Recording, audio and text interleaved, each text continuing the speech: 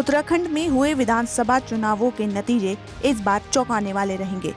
इस बार कोई भी गणितज्ञ चुनाव नतीजों में सटीक जवाब नहीं दे पा रहा है, जबकि राजनीतिक विश्लेषण भी चुप्पी साधे हुए हैं। ऐसे में नतीजों को लेकर असमंजस की स्थिति भी बनी हुई है। बता दें कि उत्तराखंड में 14 फरवरी को 5वें विधानसभा चुनाव संपन्न हुए हैं, जिनका नतीजा 10 मार्च को आएगा। मगर इस बार के चुनावों ने सभी को हैरान कर दिया है। कहीं से भी चुनाव नतीजों की स्थिति स्पष्ट नहीं हो पा रही। कोई भाजपा तो कोई कांग्रेस की सरकार आने का दावा कर रहा है, लेकिन सटीक जवाब किसी का नहीं मिल पा रहा, जिससे ये अनुमान लगाया जा सके कि कौन सी पार्टी आगामी 10 मार्च को सरकार बनाने जा रही है। रुद्रप्रयाग जिले में 2 विधानसभा सीटें हैं, जिनमें केदारनाथ व रुद्रप्रयाग शामिल है। इन दोनों ही सीटों पर असमंजस की स्थिति बनी हुई है। राजनीतिक विश्लेषक और गणितज्ञ दोनों ही विधानसभा सीटों को लेकर सटीक जवाब नहीं दे रहे।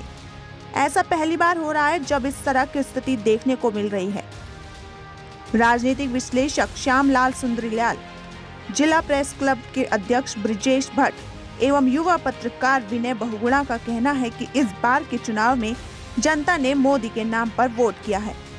भाजपा प्रत्याशियों के कामकाजों से जनता संतुष्ट नहीं थी, लेकिन आखिरी दिनों में मोदी मैजिक काम तो किया, मगर कितना काम किया यह स्पष्ट नहीं हो पा रहा। ऐसे में दोनों ही सीटों पर स्थिति गंभीर बनी हुई है। उन्होंने बताया कि केदारनाथ विधानसभा में मुकाबला भाजपा कांग्रेस के साथ ही निर्दलीय बना हुआ है। यहाँ साफ तौर पर त्रिकोणीय मुकाबला बना है। निर्दलीय कुलदीप रावत 7 सालों से जनता के बीच में है और वे लगातार जनता के कार्य कर रहे हैं। ऐसे में जनता का आशीर्वाद इस बार उन्हें मिल सकता है, जबकि रुद्रप्रयाग विधानसभा सीट पर भाजपा कांग्रेस के साथ ही निर्दलीय प्रत्याशी पूर्व मंत्री माधवर सिंह कंडारी एवं उक्रांद युवा प्रत्याशी मोहित डिमरी के बीच कांटे का मुकाबला बना हुआ था। पार्टी के विधायकों के नाम पर राज्य में कहीं भी वोट नहीं पड़ी है। वोट सिर्फ मोदी के नाम पर पड़ी और महिलाओं ने निसंदेह है कि मोदी के नाम पर वोट दिए। लेकिन जो सबसे बड़ी बात है, रुद्रप्रयाग और जनपद की जो दोनों विधानसभाएं हैं, उनमें सबसे बड़ी बात है कि यहाँ निर्दलियों की जो भूमिका है उसने इसको बहुत ही ज़्यादा पेचीदा बना दिया। माधवर सिंह कंडारी रुद्रप्रयाग विधानसभा में माधवर सिंह कंडारी हैं, वो पूर्व विधायक हैं रहे हैं। उनकी दोनों तरफ, क्योंकि उन्होंने बीजेपी और कांग्रेस उन्होंने दोनों को नुकसान किया है।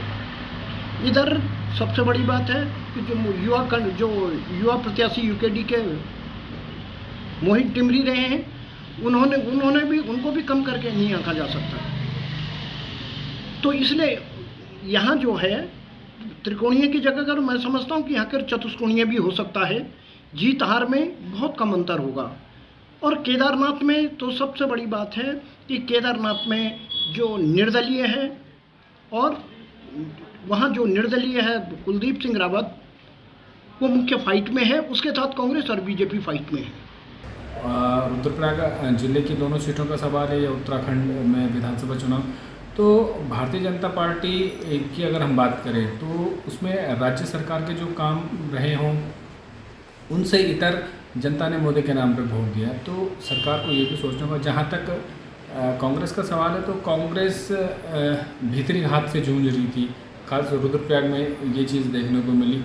तो दोनों पार्टियों के लिए ये चुनाव एक बड़ा सबक भी हो सकता है। जनपद रुद्रप्रयाग में 2 विधानसभाएं हैं।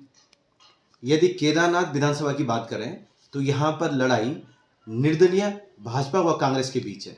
निर्दलीय प्रत्याशी भाजपा कांग्रेस को कड़ी टक्कर दे रहा है।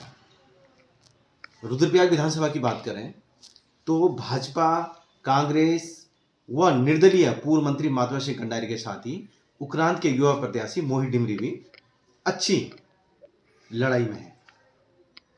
यदि मुद्दों की बात करें तो लोगों ने इस समय मोदी के नाम पर तो वोट दिया ही है, लेकिन इसके अलावा पार्टियों की व्यक्तिगत छवि और पार्टी जो लड़ाई लड़ रहे हैं प्रत्याशी, उनका जनता से कैसे सीधा संबंध रहा है, इसको मुख्य रूप से चुनावी मुद्दा माना है। निर्दलीय कंडारी और उक्रांद के मोहित कितने वोट खींचने में सफल हो पाए, यह साफ नजर नहीं आ रहा। जिस कारण यहाँ भी स्थिति पेचीदा बनी हुई है। रुद्रप्रयाग से समय साक्ष्य के लिए अंकित चंद भट्ट की खास खबर।